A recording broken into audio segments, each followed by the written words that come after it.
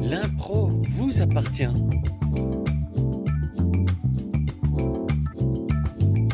Quand l'improvisation s'invite chez vous.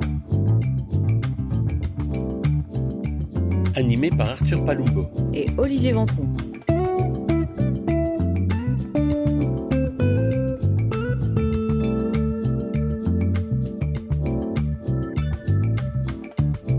Bonjour à tous, bienvenue dans ce deuxième épisode de la saison 2 de L'impro vous appartient, un podcast où on parle de l'impro sous toutes ses coutures. Et aujourd'hui, un caméo qu'on vous propose aujourd'hui, important à mes yeux parce que c'est le podcast qui m'a permis de commencer celui-ci. Il ne s'agit du catering qu'on reçoit aujourd'hui. Je suis très ravi de les recevoir. Voilà, je bégaye un peu parce que je suis un peu stressé de les recevoir. Je suis très touché de les recevoir. Pour les nommer individuellement, on reçoit Jeanne Chartier. Salut Jeanne. Bonjour, salut Arthur. Salut Jeanne. Salut Olivier. Également avec nous Baptiste d'Oliveira pour l'accompagner. Bonjour Baptiste. Bonjour, bonsoir, bon matin, bonne nuit. T'as déjà fait cette blague, mais les gens ne le savent pas et je Oui. trouve ça très très drôle. Il faut toujours Hello refaire. Baptiste. Salut, vous deux. Peu Bonne importe réduction. le moment de la journée. Bon de réduction. Le bon de réduction n'a plus aucun sens dans cette vanne, Olivier. Et on ne l'expliquera pas, on va s'arrêter là. Bonne réduction. Voilà, c'est un secret entre nous quatre. Ce sera le titre de l'épisode Bon de réduction. Et les gens se disent, Évidemment. mais quoi, qu'est-ce qui se passe? Beaucoup de gens vont cliquer alors qu'ils n'ont aucun intérêt pour l'impro juste pour avoir des réductions dans leur Si, moi, supermarché. je vous offre 50% sur des cacahuètes. Sympa. C'est parce que tu es en train d'en manger? Oui. Ok. Mais je dis pas lesquels. Est-ce que tu peux laisser Arthur et Olivier faire leur émission? Oui, bien sûr. Également pour m'épauler dans cette lourde tâche que d'accueillir le catering, l'indéboulonnable Olivier qui sera de la partie. Salut Olive. Oui, salut, bonjour à tous. Bonjour. Bonjour Olivier, rebonjour Olivier, bon de réduction. Rebonjour Jeanne et rebonjour Baptiste. Coucou. Merci beaucoup d'être là en tout cas. Donc ça me fait, je le redis, mais ça me fait très plaisir de vous recevoir. Et vous avez une carrière très riche et donc c'est très compliqué pour moi de sélectionner les informations essentielles. Donc ce que je vous propose, c'est de présenter votre binôme. Jeanne, est-ce que tu pourrais présenter Baptiste? Bien sûr, avec plaisir. Eh bien, Baptiste de Oliveira a commencé sa carrière à l'âge de 8 ans, messieurs, dames. Il a commencé l'improvisation, les cours d'improvisation à l'âge de 8 ans, à Beauvais, dont il est originaire. Et puis, il n'a jamais arrêté. Ça a été le coup de foudre, le coup de cœur avec cette pratique. Il a très vite atteint les équipes un petit peu plus âgées que la sienne. Donc, il était toujours un peu le plus jeune, celui qui était vraiment très doué pour son âge. Et puis à 18 ans, 18-19 ans, il a bougé à Paris et donc il a commencé à fréquenter un peu plus,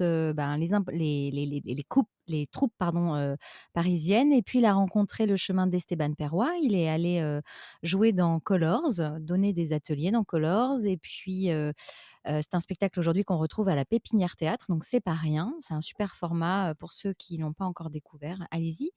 En parallèle de ça, il a croisé la route de Paris Impro où il donne des ateliers également, depuis maintenant, 1 an ou 2 et puis 4 ans, bah, voilà, tu vois comme quoi je suis pas à jour, 4 ans et puis, C'est 4 ans moins 2 ans de pandémie. ah c'est ça. ça, bah, voilà, tu vois, j'avais quand même le bon nombre et puis, on le retrouve dans des spectacles, comme, Minimas qui joue en ce moment, qui va reprendre à la Comédie des Trois Bornes, qui est un super format dont on parlera sûrement, plus tard. Tout à fait. Il donne, des formations, il est comédien et auteur, metteur en scène aussi à côté. Il a monté, coécrit un spectacle, qui était une parodie d'un classique qui se joue plus, aujourd'hui, mais qui avait très bien marché à l'époque. Ils avaient fait Avignon, tout ça. Donc, il a, beaucoup de cordes à son arc et il fait un petit peu de voix, notamment de voix de publicité principalement à côté. Donc, voilà, un être complet et Multifacette. voilà.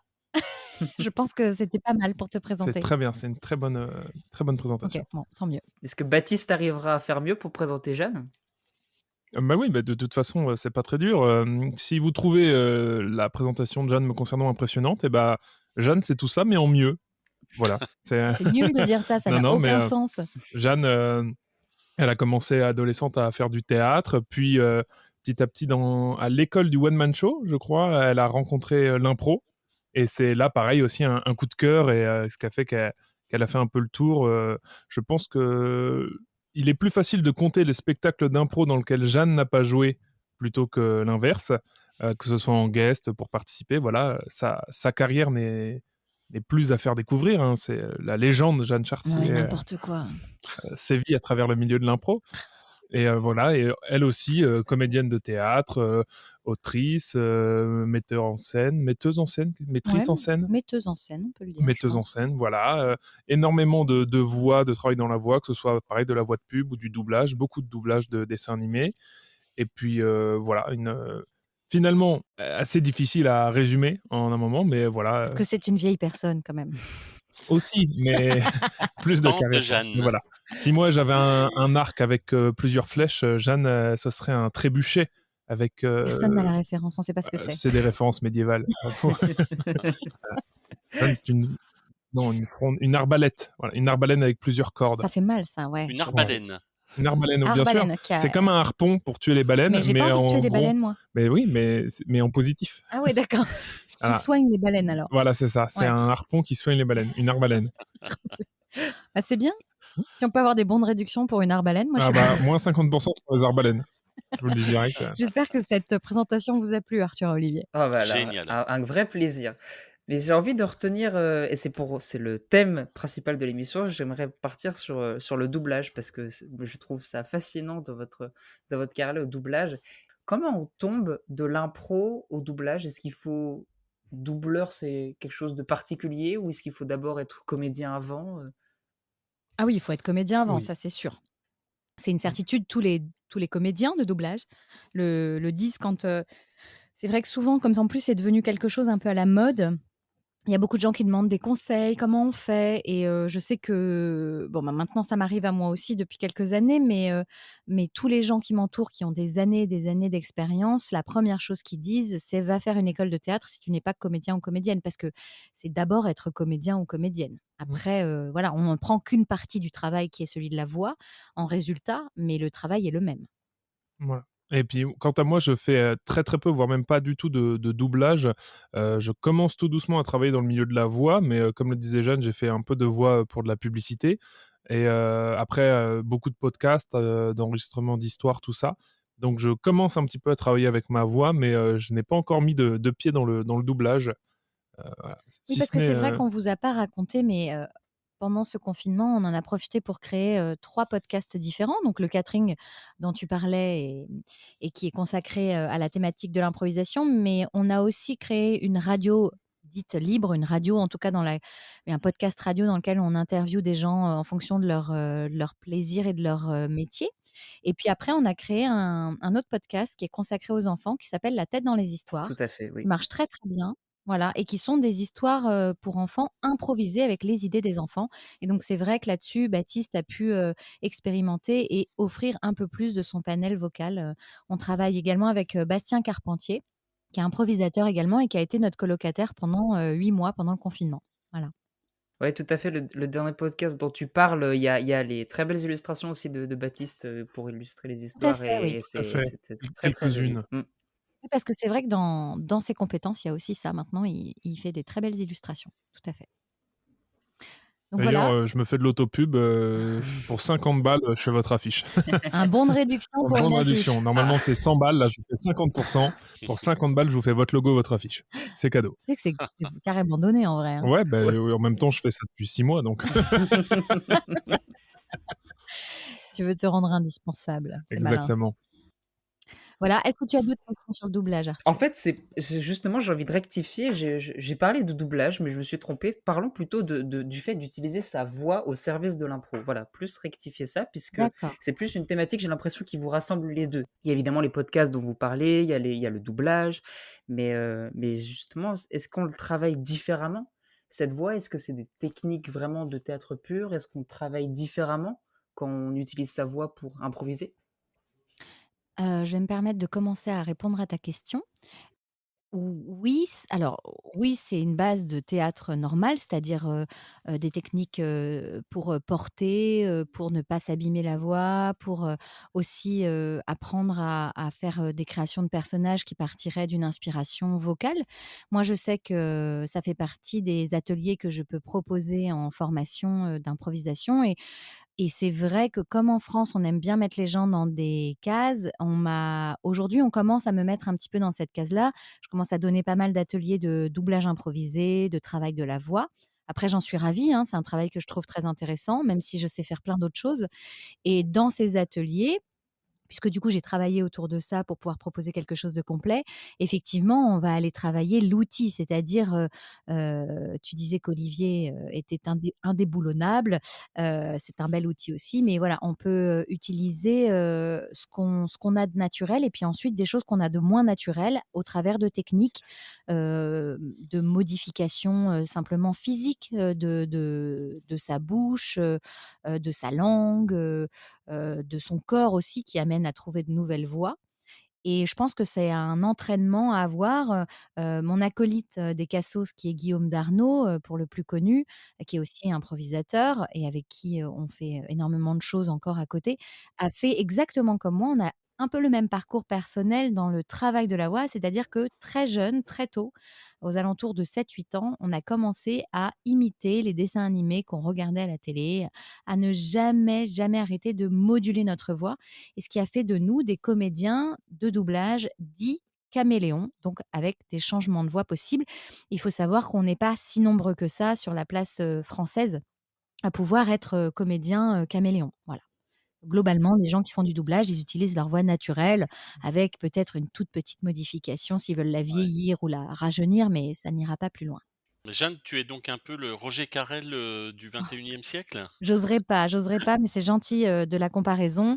J'ai la chance d'être entourée de gens, énormément talentueux, autour de moi dans ce milieu-là. J'ai la chance de travailler avec des gens qui sont dans le métier depuis, 20 ans, 30 ans pour certains, hem, qui voient arriver cette mode avec, un peu de je dirais de frilosité et en même temps, du coup, ils sont un peu plus considérés qu'avant. Mais, Oui.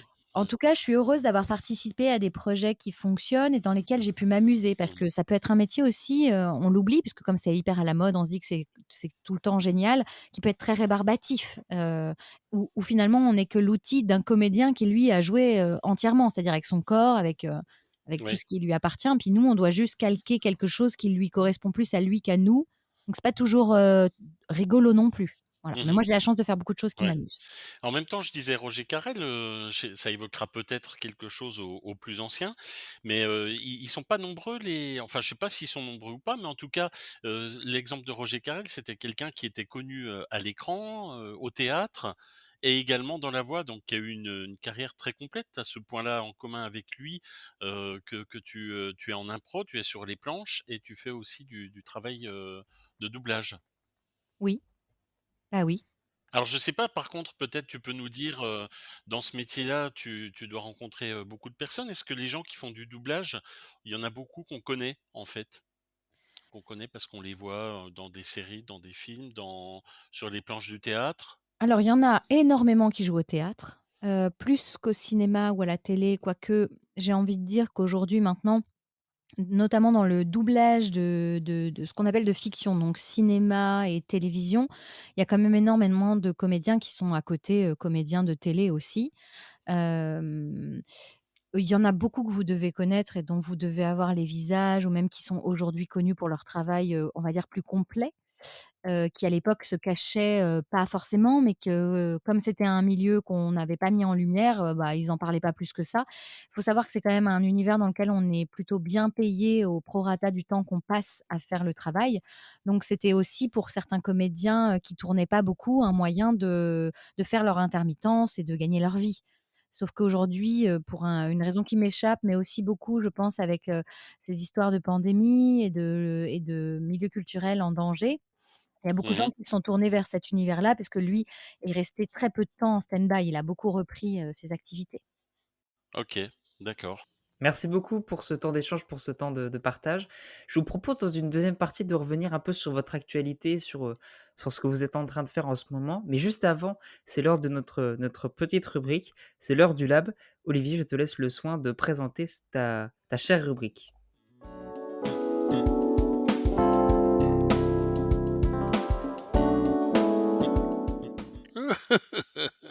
Bonjour à tous et bienvenue dans notre lab. Alors vous commencez peut-être à connaître le principe du lab. Eh bien, nous avons ici plein de fioles, plein de tubes à essai qui sont remplis de tout ce qui a été fait en improvisation durant les derniers siècles. Et donc nous pouvons, avec nos invités, essayer de mélanger ces fioles et puis d'en tirer un principe d'improvisation que nous allons tester ensemble. Mais il y a aussi autre chose, c'est que on aime bien s'inspirer de nos invités qui viennent généralement avec toute leur richesse, avec toute leur expérience et donc on a plutôt envie de commencer par leur donner la parole pour leur demander s'ils ont une idée de petit exercice ou d'improvisation que nous pourrions tester tous les 4. Je vais m'arrêter là avec avec ma voix parce que je ne tiendrai pas jusqu'au bout. Reprends ton souffle, Olivier. Merci Jeanne. Alors voilà, donc je me tourne vers vous. Est-ce que vous avez, envie de nous proposer, quelque chose, un jeu, un exercice qu'on pourrait tester en réel? Alors, moi, il y a une catégorie que je trouve assez sympa, parce elle challenge pas mal, sur, la durée. Alors tout le monde y donne un nom différent, j'imagine. Moi, j'appelle ça la catégorie bibliothèque. On va chercher, dans sa bibliothèque un livre qui a un dialogue et l'un des improvisateurs ou improvisatrices doit lire, un des dialogues du livre en laissant la place à son partenaire pour y répondre et continuer, à lire les répliques du livre et donc son partenaire doit s'adapter aux changements évidemment et aux nouvelles, répliques qui sont données. Ceci étant, c'est une, catégorie normalement qui se fait à 2, mon cher Olivier, donc je ne sais pas si elle rentrera dans Oui, votre envie du laboratoire. mais bien sûr que si, on peut, si on est 4, on est forcément 2. Donc on C'est pas mal ça. on peut la tester. Tout à fait. Et toi Baptiste, est-ce que tu as une idée que tu pourrais nous proposer? Bah, oui, moi j'ai réfléchi à une catégorie, enfin en tout cas quelque chose que j'aime bien faire, travailler et en tout cas, quelque chose qui pouvait se coupler avec, ce que propose Jeanne.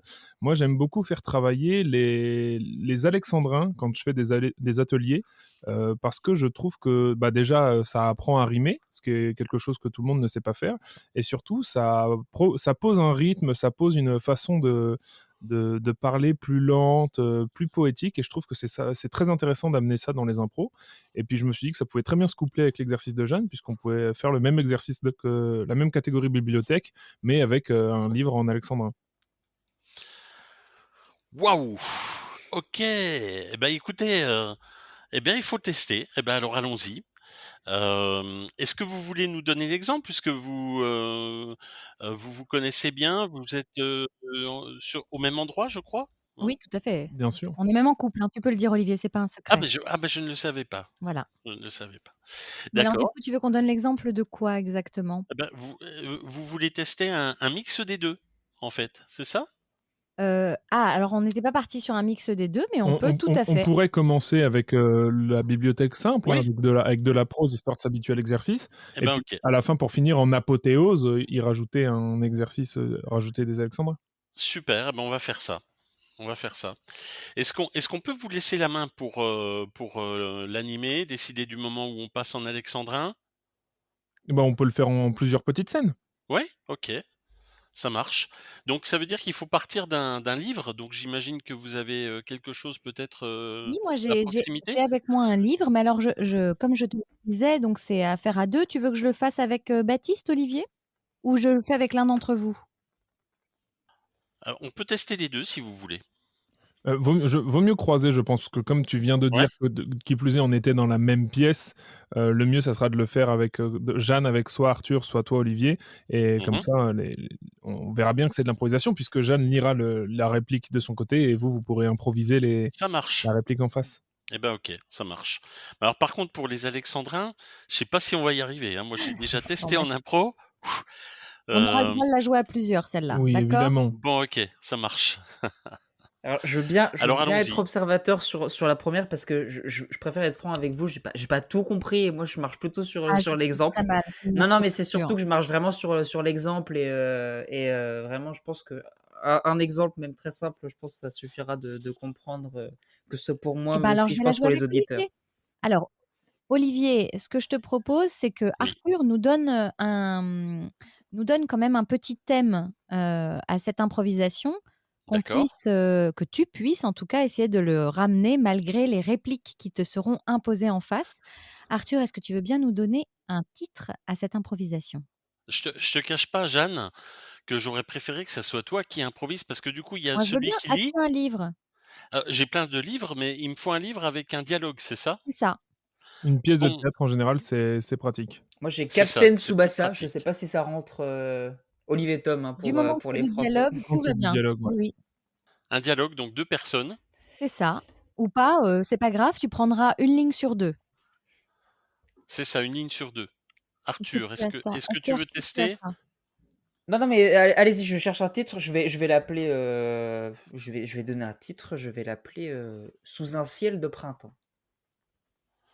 Alors, Sous un ciel de printemps sera notre titre de cette improvisation. Olivier, as-tu trouvé dans ta bibliothèque un livre qui te permettrait de me donner des phrases qui ressembleraient à des répliques?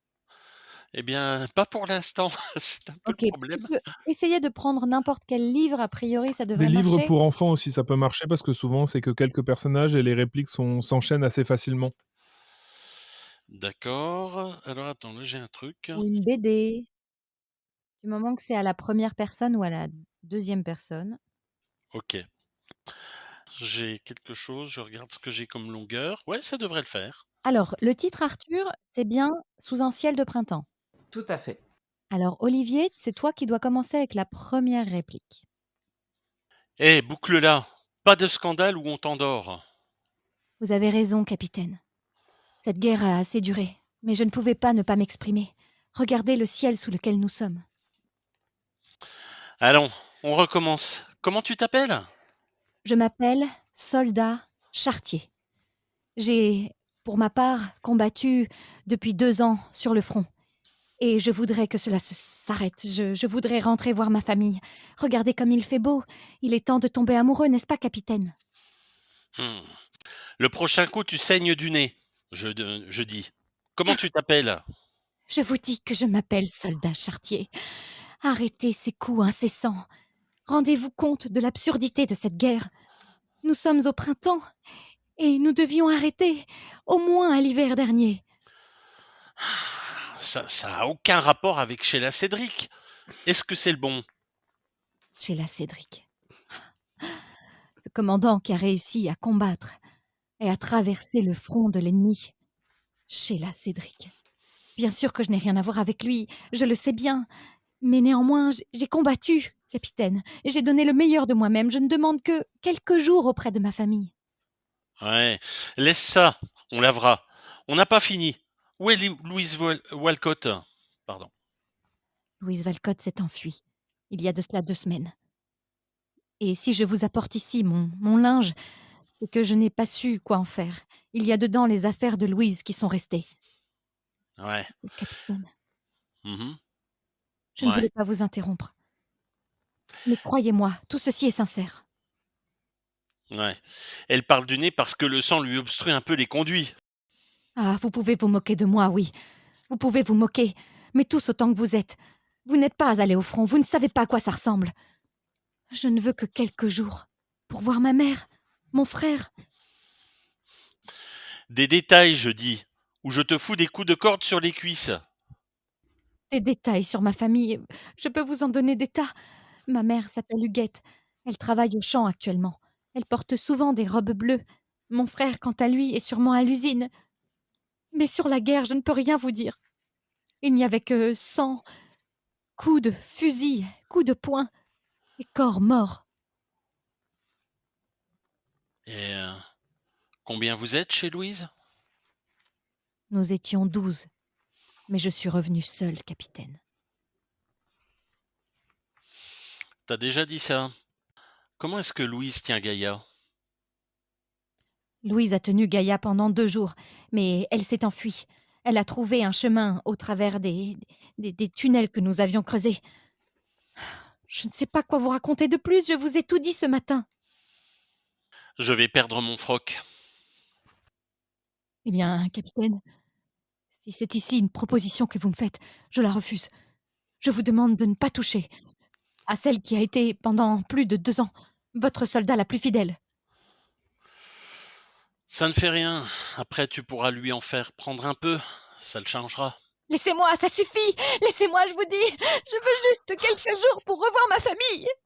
Salaud! Assassin! Quoi? Vous m'avez vu derrière le rideau? Mon Dieu, moi qui étais si bien caché, qui attendais mon moment pour abattre cette lame.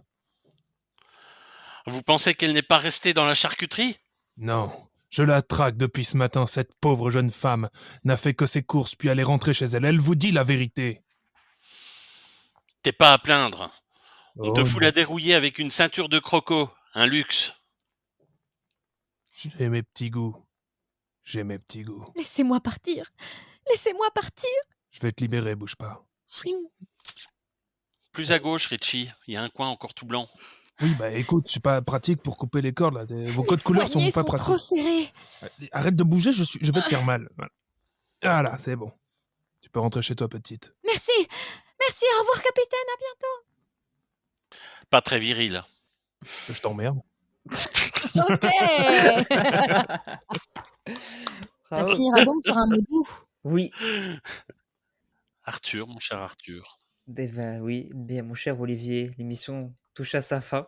Eh oui, Après, mon cher Arthur. après un beau temps d'échanger, oui, et oui, les meilleures choses ont une fin. Merci beaucoup d'être passé en tout cas dans l'impro vous appartient. Encore une fois, c'était un honneur pour moi, je le redis, mais vous êtes le podcast qui m'a donné envie de me lancer dans ce projet un peu fou, hein, on va pas se le cacher, voilà, avec des enregistrements qu'on lance pas, des problèmes techniques, mais voilà. Mais c'était un vrai plaisir de vous recevoir. Est-ce que vous avez Bien envie de sûr. dire quelques petits mots avant de clore l'émission? Bon de réduction. Bah, longue vie à ton podcast.